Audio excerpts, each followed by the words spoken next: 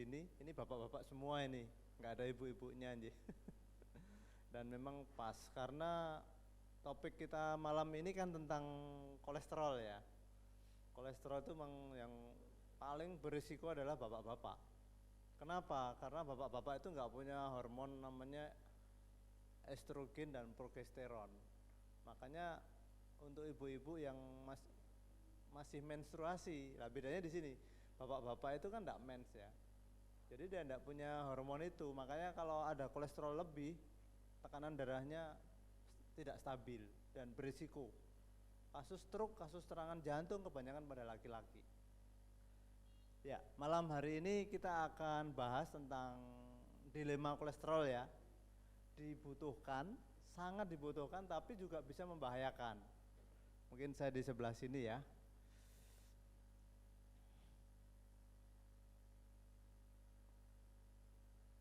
Atau mungkin masnya di sini supaya ini enak, soalnya saya ngikuti kamera. Ya, langsung saya mulai ya Bapak-bapak. Jadi malam hari ini kita mau ngobrol santai tentang kolesterol, kurang lebih selama 30 menit. Kemudian nanti kalau ada pertanyaan setelah selesai baru boleh bertanya, begitu ya? Baik. Ya, saya mau tunjukkan dulu supaya ini ya orang akan menarik kalau kita bicara tentang makanan. Di sini ada makanan modern dan ada makanan tradisional. Kira-kira di zaman sekarang ini lebih banyak suka yang mana? Lebih suka yang ini modern ya. Ya karena ini warnanya menarik, rasanya enak dan sebagainya. Ini juga menarik sebenarnya, tapi ya rasanya gitu-gitu dan mungkin kurang promosi juga. Ini harganya lebih murah kadang-kadang seperti itu. Nah itu sangat disayangkan. Ini ada sebuah foto termal ya. Ada penampakan seorang ayah dengan seorang anaknya. Coba kalau boleh nebak, yang ayah yang mana? Yang ini atau yang ini? Ayahnya yang mana Pak? Yang kurus. Nah, itu bisa ditebak. Ya itulah zaman sekarang. Ini ayahnya dan ini anaknya, bomber. Seperti inilah yang terjadi di tengah masyarakat Bapak-bapak.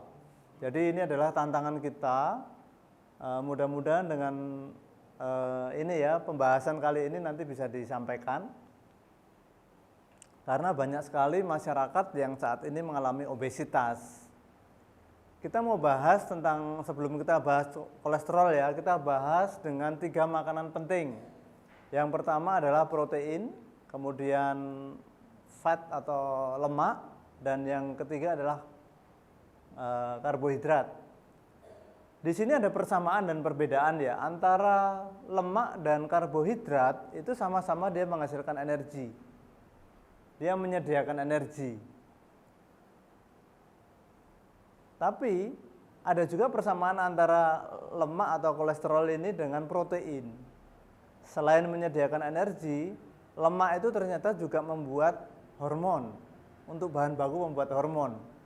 Hanya bedanya kalau dengan protein itu bisa membuat ini ya, membangun jaringan, itu bisa.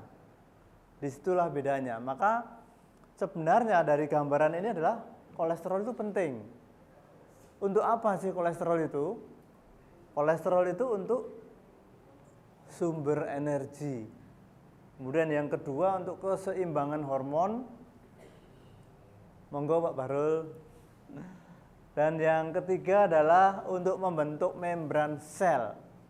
Kalau nanti akan kita bahas tentang sel, ada membrannya yang kuat, itu disusun dari kolesterol atau dari lemak. Seperti ini. Ya, kemudian kalau kita perhatikan banyak kasus-kasus namanya aterosklerosis ya. Jadi pembuluh darah yang masih anak-anak muda yang belum kolesterolnya masih normal itu seperti ini. Ini lancar enggak kira-kira? Dia lancar ya, pasti super lancar. Tapi kalau sudah mulai ada kolesterol kemudian berubah menjadi aterosklerosis, nanti akan jadi seperti ini. Ini sering dijelaskan oleh Pak Iwan bahwa kolesterol itu kalau dia teroksidasi nanti akan terbaca oleh sistem imun sebagai zat asing. Nanti akan dimakan oleh makrofag, makanya terus dia nempel di sini. Ini sudah jadi makrofag. Nah, kalau ini sudah terjadi semacam gundukan, nanti akan terjadi sumbatan di sini. Semakin ada sumbatan, nanti ada luka, nanti muncul namanya trombus. Trombus itu adalah jaringan yang luka, kemudian dia membentuk semacam merajut ya. Inilah yang menyebabkan seseorang itu terkena stroke. Jadi kolesterol itu seperti itu di dalam tubuh mekanismenya. Jadi jangan sepelekan minyak. Minyak itu penting, tetapi harus dikelola dengan baik. Nah, kolesterol yang tinggi, saya kira sudah banyak yang tahu ya, kolesterol yang tinggi itu menyebabkan banyak masalah seperti hipertensi, gangguan jantung, stroke, Alzheimer, dan sebagainya. Ini adalah sesuatu yang menjadi momok masyarakat. Kenapa? Karena kalau seseorang kolesterolnya tinggi kemudian ada masalah ini, kalau dia tidak pernah ngecek kesehatannya, ini sering menyebabkan apa yang disebut sebagai the silent killer itu ya. Kelihatannya orangnya sehat-sehat, badannya subur, tahu-tahu kok serangan jantung. Itulah silent killer, nggak ada gejalanya, tahu-tahu stroke. Ya, kolesterol tinggi seperti itu. Kemudian kalau kita membahas tentang konsep Carnus, Carnus itu berbicara bukan hanya di tingkat jaringan atau organ ya, kita berbicara sampai tingkat sel bahkan di mitokondria. Ternyata efek dari adanya aterosklerosis akibat hiperkolesterol itu akan menyebabkan ini ya, gangguan pembentukan energi. Jadi pada waktu aliran darah terganggu, otomatis pasokan nutrisi, pasokan oksigen dan sebagainya yang dibutuhkan oleh sel itu terhambat. Kalau dia terhambat, makanya energinya itu kurang. Kalau energinya kurang, nanti akan terjadi kerusakan pada mitokondria. Mitokondria ini adalah mesinnya sel di dalam tubuh kita. Bentuknya sangat kecil, tetapi dia sangat potensial yang menyelenggarakan kehidupan ya, atau dia membangkitkan energi di dalam tubuh kita. Ya, inilah konsep Carnus. Jadi dia seperti yang disampaikan Pak Iwan bahwa konsep Carnus ini adalah mengingatkan kembali bahwa sebenarnya semuanya itu ada aturannya. Pada malam hari ini kalau kita berbicara kolesterol, kenapa terjadi hiperkolesterol? Biasanya karena orang itu tidak ngeh akan aturan dalam menjaga kesehatan. Dalam konsep Carnus ada metodologi yang harus dijalankan, yaitu yang harus sesuai dengan algoritma sang pencipta. Nah, nanti akan kita bahas. Dan ternyata poinnya adalah sel. Jadi manusia yang sehat itu adalah semua selnya dapat makan tapi pada komposisi yang tepat.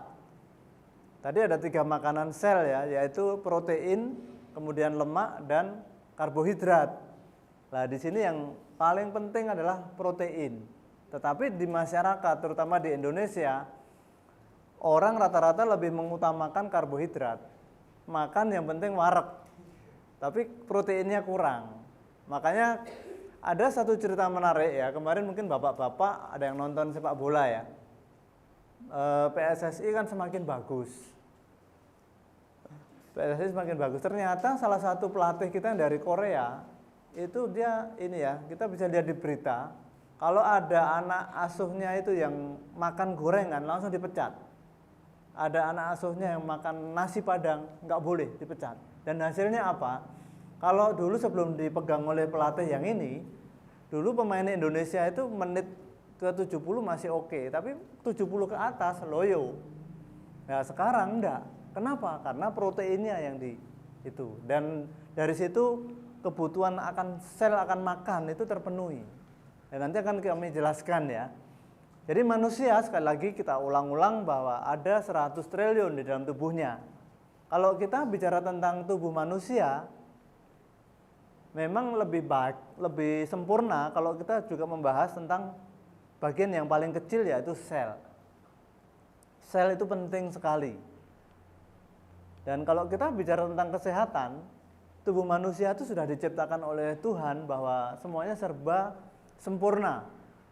Asalkan tubuh kita ini terpenuhi kebutuhannya, dia bisa auto healing atau dia bisa menyembuhkan sendiri. Dia bisa mereparasi atau memperbaiki sendiri dan sebagainya. Dari sinilah bahwa kalau kita bisa memberikan kebutuhan akan sel ini dengan baik, maka kesehatan kita akan optimal. Ya, dan mana yang paling sulit dalam pemenuhan kebutuhan sel ya? Ada oksigen, ada air bersih atau minum ya. Ternyata yang paling sulit adalah dalam hal merencanakan tentang nutrisi yang seimbang. Itu yang paling sulit. Coba sekarang kita bahas kembali ke kolesterol ya. Banyak di sekitar kita, di masyarakat, anak-anak yang katanya lucu gitu ya. Sebenarnya ini penyakit Bapak Ibu, kasihan. Dan ini barusan juga ada artis Nunung ini juga gemuk ya. Ternyata buntutnya ada ya. Jadi setelah adanya hiperkolesterol ternyata terkena cancer. Dan kalau Bapak Ibu ingin tahu bahwa tubuhnya itu gemuk atau tidak, nanti kita bisa ukur dengan namanya body mass index. Ini rumusnya adalah berat badan dibagi tinggi badan dalam meter ya. Dikuadratkan, nanti ketemu kalau misalnya angkanya 18,5 berarti dia berat badannya kurang atau kurus. Tapi kalau lebih dari 30 berarti dia obesitas. Selain itu nanti juga diukur lingkar perutnya. Kalau laki-laki lingkar perutnya di atas 90, yaitu sudah kurang baik. Laki-laki sebaiknya di bawah 90, kalau wanita di bawah 80. Dan benar bahwa dari berbagai literatur mengatakan bahwa obesitas ini masalah atau penyakit. Kenapa? Karena dari obesitas ini bisa menyebabkan diabetes tipe 2, kanker, dislipidemi atau angka kolesterol yang kacau, kemudian perubahan mood, jadi orangnya kadang-kadang mudah terjadi stres dan sebagainya, termasuk gangguan reproduksi dan banyak hal. Jadi masalah hiperkolesterol ini penting kita harus tahu Bapak Ibu. Sekarang kita kalau sudah seperti ini bagaimana? Ayo kita pelajari lagi. Kolesterol itu asalnya dari mana? Jadi kolesterol itu kalau di luar tubuh itu namanya lemak. Kalau ada minyak goreng itu lemak. Ada gajih dari daging itu lemak. Tetapi begitu masuk ke dalam tubuh dia jadi kolesterol. Sumbernya dari mana? Kalau dari 4 sehat 5 sempurna ini ternyata dari nomor 2 dan nomor 5. Itu sumber utama yang langsung berubah menjadi kolesterol di dalam darah. Tetapi jangan salah ya Bapak Ibu. Ternyata kolesterol juga bisa terbentuk juga dari nasi ataupun dari sumber makanan yang lain yang kalorinya lebih. Misalnya gini, kita makan nggak makan ikan katanya ya, hanya makan nasi tapi makan nasi 3 piring misalnya. Itu kelebihan kalori. Pada waktu tubuh sudah cukup menggunakan kalori, sisa dari kalori tadi akan disimpan dalam bentuk kolesterol. Oleh karena itu ada sumber kolesterol atau asam lemak itu dari 2 hal, yaitu sumbernya dari eksogen dan dari endogen. Kalau dari eksogen yaitu dari makanan kita sehari-hari, artinya sesuatu yang dari luar masuk. Bagaimana yang dari sumber endogen? Sumber endogen itu adalah lemak yang tersimpan di dalam tubuh kita. Lemak itu ada 2, yaitu lemak subkutan atau lemak di bawah kulit. Tanda-tandanya kalau orang lemak subkutannya tinggi, itu dia gemuk tapi rata. Tapi kalau lemak visceral itu lemak di dalam darah. Itu biasanya kalau gemuk hanya di sekitar perut, itu hati-hati, itu lemak visceral. Lemak visceral ini yang lebih jahat ya. Dan tadi kalau kita singgung, kolesterol itu penting. Kenapa? Karena hormon, tubuh kita ini kan memerlukan hormon. hormon itu dibentuk dari kolesterol. Jadi di sini dikatakan bahwa kolesterol adalah ibunya semua hormon. Ini dari ACTH atau adrenokortikotropik hormon itu akan dipecah-pecah menjadi banyak hormon di dalam tubuh kita yang nanti sangat diperlukan. Ya seperti diketahui memang progesteron, estrogen itu kan untuk wanita, kalau laki-laki testosteron dan sebagainya. Selain banyak hormon yang lain, insulin itu juga hormon. Kemudian angiotensin itu juga hormon. Aldosteron juga hormon. Jadi hormon itu banyak sekali dan di Indonesia pembahasan masalah hormon ini oleh ahli medis itu masih sangat jarang ya. Bahkan jarang ya dokter yang ahli hormon di sini masih belum. Ini nanti akan berkembang terus Bapak Ibu. Dan ternyata ini sumbernya dari mana? Dari kolesterol. Jadi kalau tadi kita katakan kita bicara tentang kehidupan, tentang manusia, sebaiknya dalam konsep Karnus kita sudah membahas di tingkat sel. Dan ternyata bahwa sumber energi itu ada di dalam sel ini Bapak Ibu. Dari mana? Tadi sudah kita bahas dari awal bahwa sumber energi itu dari lemak dan dari glukosa atau gula atau karbohidrat. Nah, selain lemak dan atau kolesterol dan glukosa ada juga sumber lain, tetapi itu hanya akan muncul kalau situasinya darurat, yaitu keton dan asam amino. Nah kalau sudah dua itu keluar itu sudah situasinya darurat. Tapi yang paling sering dalam kondisi kita biasa-biasa yaitu tidak puasa, kita makan teratur, sumber energi kita dari kolesterol dan dari gula. Dan kolesterol maupun glukosa ini begitu masuk ke dalam sel dia bisa dirubah menjadi energi. Jadi sumber energi ini ya, yang utama yang warnanya biru, tapi kalau yang darurat yang warnanya merah.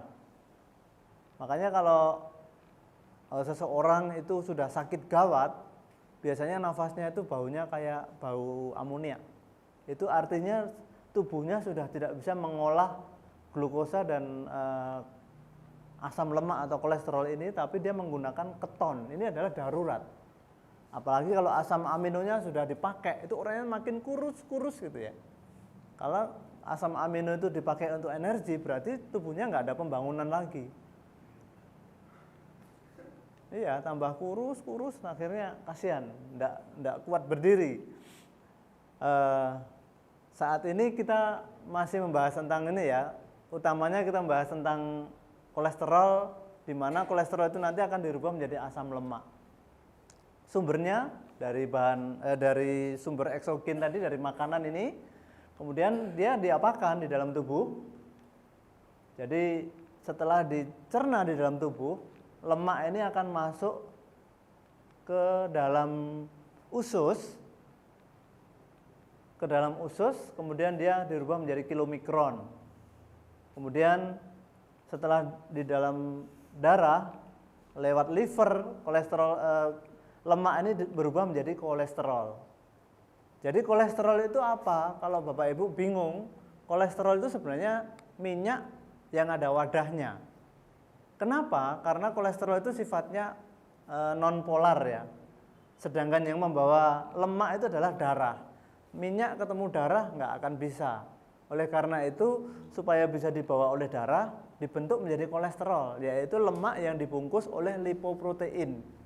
Mungkin kalau membayangkan kolesterol itu kayak apa? Kayak onde-onde. Di dalamnya ada kacang hijau, kacang hijaunya itu lemak, tetapi tepungnya itu adalah lipoprotein. Itulah kolesterol. Dan sebelum dibentuk jadi kolesterol, dibentuk oleh dalam bentuk kilomikron dulu, jadi kolesterol, kemudian di dalam tubuh, ini terus dirubah menjadi asam lemak. Asam lemak ini harus dibentuk. Kalau misalnya kolesterol gagal dibentuk jadi asam lemak, inilah menjadi sumber masalah. Akhirnya menjadi lemak yang terus ada di dalam darah, terjadi hiperkolesterol. Itulah yang menyebabkan masalah. Tetapi kalau misalnya kolesterol ini bisa dirubah menjadi asam lemak, nanti dia akan bisa berubah menjadi energi. Disinilah fungsi kolesterol itu positif. Tentunya supaya kolesterol bisa dirubah menjadi asam lemak, Ternyata syaratnya satu Bapak Ibu, yaitu apa? Lambungnya harus bagus. Nah, di sini ada gambaran. Tadi kan sumber kolesterol terutama kan dari minyak, dari gorengan itu ya. Ternyata makanan atau minuman yang tinggi kalori atau tinggi glukosa itu kalau berlebihan juga disimpan di dalam tubuh dalam bentuk kolesterol. Selain untuk energi, juga kalau misalnya kolesterolnya itu berlebih, tubuh akan menyimpan juga dalam bentuk sel lemak. Makanya kenapa kok kalau kita makannya teratur, olahraganya kurang, kenapa kok perutnya makin gede? Karena lemaknya berlebihan, sudah dipakai energi masih ada, jadi disimpan. Dengan catatan suatu saat mungkin pancaroba nggak ada makanan, ya nanti kita makan dari sisa itu. Tetapi selama ini kita nggak pernah ada namanya ini ya, kekurangan makan ya, kayak di Afrika gitu enggak ya. Ya, jadi prosesnya seperti itu, bahwa ada namanya proses lipogenesis. Kapan kolesterol itu dibentuk di dalam tubuh? Sebenarnya dia dibuat dari gula. Gula, tapi syaratnya satu, harus ada ATP. Gula kemudian ketemu ATP, kemudian disusun menjadi namanya asam palmitat. Itulah lemak yang disimpan di dalam tubuh kita. Nah, produksi kolesterol yang eksogen yang dari luar sudah jelas ya tadi, bahwa makanan masuk di usus dirubah menjadi kilomikron, kemudian menjadi kolesterol dalam bentuk LDL, HDL dan sebagainya. Ya, inilah bahwa makanan yang tadi masuk ke dalam tubuh itu langsung, terutama yang mengandung lemak, itu langsung lewat usus, dia langsung masuk ke peredaran darah, dibentuk menjadi kilomikron, menjadi HDL, kemudian menjadi VLDL, intermediate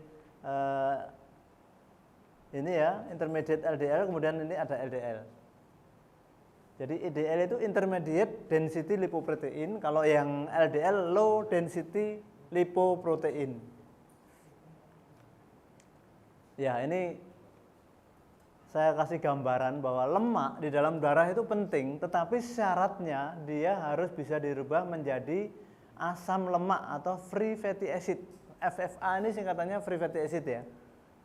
Kalau dia tidak bisa dirubah menjadi free fatty acid, jadi masalah. Nah, kuncinya di mana? Untuk bisa dirubah menjadi lemak menjadi free fatty acid, dia harus ada namanya enzim lipoprotein lipase. Lipoprotein lipase ini akan ada kalau seseorang itu asupan proteinnya cukup dan juga lambungnya baik. Nah, kalau kita perhatikan, kenapa kok pemain PSSI itu semakin kuat? Karena yang dianjurkan pelatih itu banyak makan ayam, gorengannya no, kemudian gula dibatasi. Otomatis di dalam tubuhnya banyak lipoprotein lipase. Kalau lipoprotein lipase itu ibaratnya kayak mobil yang mempunyai bahan bakar dua, kayak mobil listrik tetapi juga bisa dengan bensin. Kalau kita menggunakan gula itu memang begitu kita makan itu kita bertenaga, tetapi kalau kelebihan tubuh akan malas, dia nggak menggunakan bahan bakar yang lain, yaitu kolesterol. Jadi bedanya kalau ini subjek yang menarik ya, anak-anak bola ini dulu biasanya kalau nggak di manage dengan baik, jajannya itu biasanya es yang manis-manis itu, makannya gorengan dan sebagainya. Akhirnya apa? Karena gulanya lebih, pada waktu dia main bola, kebiasaannya tubuh menggunakan gula itu untuk energi. Dan karena yang diminum itu gulanya banyak, lemak nggak dudak-otek. Akhirnya di dalam darah banyak kolesterol. Tetapi dengan cara yang kedua, gula dibatasi, gorengan no, kan anak-anak itu sudah gemuk ya. Kemudian protein dibanyakin, maka ada dua bahan bakar di tubuh anak-anak bola itu, yaitu dia tetap menghasilkan energi dari gula tapi sedikit, tapi pada waktu dia lari, bahan bakar kedua berupa kolesterol itu bisa dipakai. Dan bedanya bahan bakar dari gula itu menghasilkan dalam 1 gram itu menghasilkan 4 kalori. Kalau bahan bakar dari lemak atau kolesterol menghasilkan 9 kalori. Jadi ya bener kan, kalau teorinya dulu nggak dibatasi makanannya, 70 menit pertama masih oke, begitu masuk menit 80 loyo. Dan orang-orang yang seperti ini biasanya bentuknya nggak akan jumbo. Mungkin Bapak Ibu bisa bayangkan kayak Ronaldo misalnya. Ronaldo itu atletis ya, Bruce Lee atletis. Kenapa? Karena dia makanannya diatur. Oleh karena di sini mengingatkan Bapak Ibu bahwa kalau kita ingin mengelola kolesterol kita supaya tidak menjadi hiperkolesterol, batasilah itu. Kalau badannya sudah cukup, ya sementara lemaknya dihindari dulu. Olahraganya dikuatkan, kemudian proteinnya jangan lupa. Oleh karena itu di program di sini, di program P3D yang dikawal oleh Dr. Iswan, disarankan bahwa makanannya adalah jauhi makanan yang berminyak, kemudian banyak protein, dan lambung harus direkonstruksi. Jadi perubahan lemak menjadi asetil-CoA inilah kuncinya. Kenapa anak-anak bola sekarang dia kuat? Karena di dalam tubuhnya lemaknya sudah bisa dirangsang menjadi asil-CoA. Asil-CoA ini kekuatannya luar biasa. Ibaratnya kalau bensin, dia kayak apa ya? Kalau bensin misalnya 1 liter dia bisa 10 kilo. Kalau asil-CoA ini 1 liter bisa 20 kilo. Jadi irit dan dia awet tetapi dia kuat. Ya, perubahan lemak menjadi energi ini di mitokondria. Mungkin nanti bisa kita pelajari lebih lanjut. Nah, jadi mesinnya tubuh kita ini adalah mitokondria sekali lagi ya. Jadi semua bahan baik gula maupun lemak sebagai penghasil energi, sebelum jadi energi itu harus dirubah dulu menjadi namanya asetil-CoA. Inilah molekulnya sederhana banget. Dia ada di dalam mitokondria, sangat kecil. Setelah dia masuk di sini nanti dia akan terjadi rangkaian namanya siklus Krebs. Dia menghasilkan ATP. Itulah energi kita. Dan persis seperti sebuah mesin, tubuh kita juga punya mesin yang namanya mitokondria ya. Kalau mesin bahan bakunya adalah bensin, kalau tubuh manusia bahan bakunya adalah asetil-CoA ini. Kalau sudah bisa jadi asetil-CoA atau sudah berubah menjadi solar atau bensin bentuk kabut, itu baru bisa dibakar. Kalau orang-orang yang mengalami hiperkolesterol berarti dia nggak gagal menjadi kabut kalau dianalogikan dengan bensin. Kenapa seperti itu? Ya karena ada yang salah dalam memanage. Pola makannya ada yang nggak benar. Ya ini sama kurang lebih, dan reaksi kolesterol menjadi energi disebut sebagai reaksi beta oksidasi Bapak Ibu. Ini sulit tetapi bisa. Ini sudah kita terapkan pada penanganan orang-orang yang diabetes, di mana di program P3D ini kita batasi makannya. Pertama banyak yang ngamuk Bapak Ibu, banyak yang marah. Aduh kok badan saya jadi ini, makannya sedikit, badannya jadi seolah-olah kurus. Itu hanya perasaan sebenarnya. Setelah kita cek BMI atau Body Mass Index, BMI-nya meskipun dia kurus masih overweight ternyata. Jadi kalau ingin seperti ini ya memang sebaiknya BMI-nya betul-betul standar di angka 25. Ya ini pembahasannya cukup pelik ini. Dan ternyata bagaimana sih supaya lemak itu bisa menjadi asetil-CoA? Syaratnya ternyata dia juga perlu enzim dan juga perlu ATP.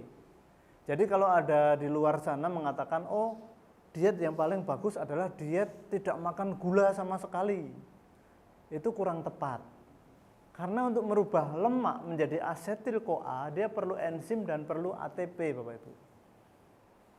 Kalau gulanya nggak ada, ATP-nya terlambat. Nanti ya istilahnya kalau solar ya sulit dirubah menjadi bentuk kabut tadi. Ya ini enzim. Kalau gambaran secara sederhana begini ya Bapak Ibu. Jadi makanan kita atau bahan bakar tubuh kita adalah berupa nasi campur misalnya.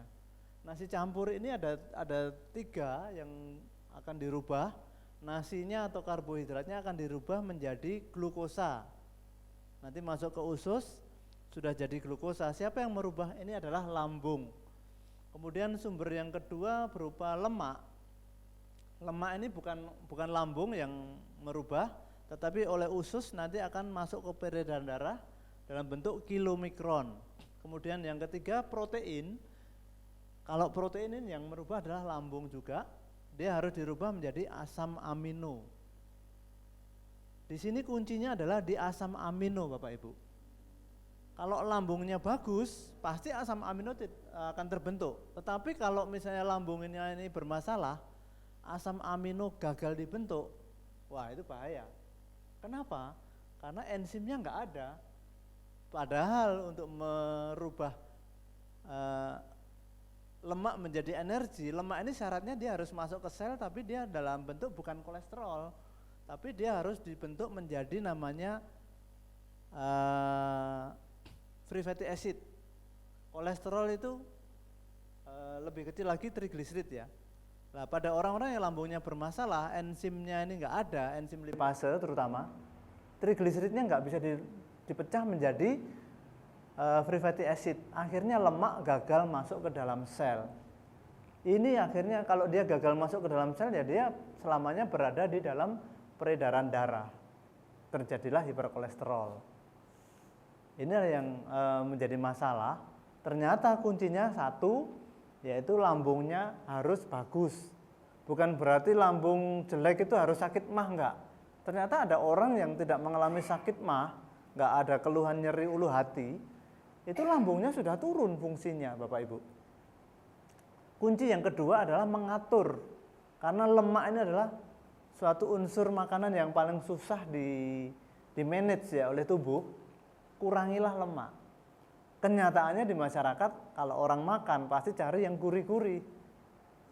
Makanya kalau misalnya ada orang rata-rata mengalami hiperkolesterol, ya manusiawi ya. Tapi kalau sudah tahu konsep Karnus, saya kira kita akan bijak ya Bapak Ibu. Kita akan hindari, kita akan kurangi. Dan kalau kita ingat akan garis penciptaan tadi, kalau kita masih nekat melanggar, ya itu kita dosa.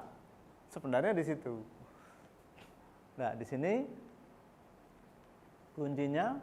Kemudian solusinya kalau misalnya terjadi hiperkolesterol, kita lihat dari luar negeri sana.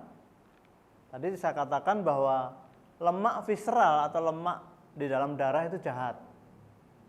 Rata-rata orang suruh aerobik, olahraga, dan juga beban, kemudian mengurangi gula, sama ya. Kemudian tidur itu penting, manajemen stres, kemudian tidak mengkonsumsi alkohol dan menjauhi lemak trans. Tapi di sini masih kurang lengkap Bapak Ibu. Kalau lambungnya bermasalah ya percuma. Mau kayak apapun akhirnya hidupnya terkungkung. Dan apa yang kami katakan tadi memang boleh dikata agak jelimet ya. Dan kalau misalnya saat ini konsep Karnus belum banyak yang kenal, ya itu wajar.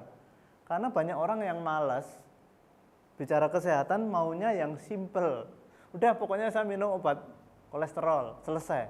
Padahal nggak selesai itu Bapak Ibu. Orang yang minum obat kolesterol itu seolah-olah kolesterolnya turun, tetapi turunnya hanya di lab. Di dalam tubuhnya masih ada kolesterol. Buktinya apa? Orang yang sudah minum obat kolesterol meskipun hasil labnya itu kolesterolnya rendah, mereka terganggu kejantanannya. Itu untuk yang laki-laki. Kalau yang wanita biasanya menstruasinya tidak teratur. Itu berarti masalah hormon. Kalau menurut konsep Karnus, solusinya apa? Coba minta tolong slide-nya, loncat. Jadi kalau solusinya untuk menangani hiperkolesterol ini, yang pertama kita harus tahu bahwa kolesterol itu tidak semuanya jahat. Kolesterol itu penting karena the mother of hormone itu dari kolesterol. Jadi sumbernya hormon itu dari kolesterol. Kemudian kalau sudah tahu seperti itu, ya batasi. Kita harus bijak dalam mengatur makanan ya. Ya, secara sistematis konsep Karnuss menyarankan bahwa kolesterol atau hiperkolesterol itu termasuk penyakit degeneratif. Supaya dia bisa terkendali, maka perbaikilah metabolisme tubuh sampai ke tingkat sel. Yaitu apa? Perbaiki fungsi lambung dengan zat yang mengandung pati resisten dan sebagainya yang ada di agi sereal. Kemudian hindari obat-obatan penetral asam lambung. Jadi yang menyebabkan kolesterol itu gagal dicerna itu juga selain karena gangguan lambung, juga kebiasaan minum obat mah. Itu juga akan menyebabkan kolesterol tidak bisa diolah dengan baik. Akhirnya jadi hiperkolesterol. Kemudian yang ketiga, pastikan nutrisi yang tersedia adalah banyak proteinnya atau banyak lauknya. Dan jangan banyak makannya atau berhenti makan sebelum kenyang. Kemudian yang keempat, lindungilah nutrisi atau kolesterol yang ada di dalam tubuh kita, yang ada di dalam darah itu dengan zat yang namanya ECGC atau epigalokatekin galat itu dengan algati supaya tidak terjadi aterosklerosis. Kemudian yang lain, konsumsilah makanan manusia. Di slide pertama tadi banyak makanan modern sehingga anaknya justru lebih jumbo dibanding bapaknya ya. Ternyata karena apa? Banyak konsumsi makanan modern itu bukan makanan manusia. Kemudian yang ketiga, hindari juga makanan yang dimodifikasi. Ini yang paling jahat adalah makanan yang mengandung namanya lemak nabati ya. Krimer nabati itu ya. Krimer itu adalah dimodifikasi dan ternyata termasuk mentega itu tubuh nggak bisa mencernanya dengan baik dan menjadi sumber hiperkolesterol. Kemudian jika banyak lemak yang sudah terlanjur menumpuk, ya atur dengan diet dan ikutlah dengan program P3D dan juga mengatur yang lain termasuk juga masalah tidur, masalah stres dan sebagainya, dan tidak lupa harus berjemur. Ya ini tadi saya lupa membahas. Jadi dengan berjemur tubuh kita ini akan mendapatkan vitamin D. Tetapi vitamin D ini kalau nggak ada kolesterol juga percuma. Makanya supaya energi kolesterol itu bisa optimum, selain berjemur, jangan minum obat mah dan sebagainya. Seperti itu dan terima kasih. Mudah-mudahan penyampaian saya yang maaf, saya merasa bahwa kurang ini ya. Mudah-mudahan bermanfaat dalam situasi penyampaian yang cukup minimum. Tapi kalau misalnya Bapak Ibu ingin informasi yang lebih dalam, nanti bisa ikut kuliah konsep Karnuss atau ikut di Zoom kami yang lain.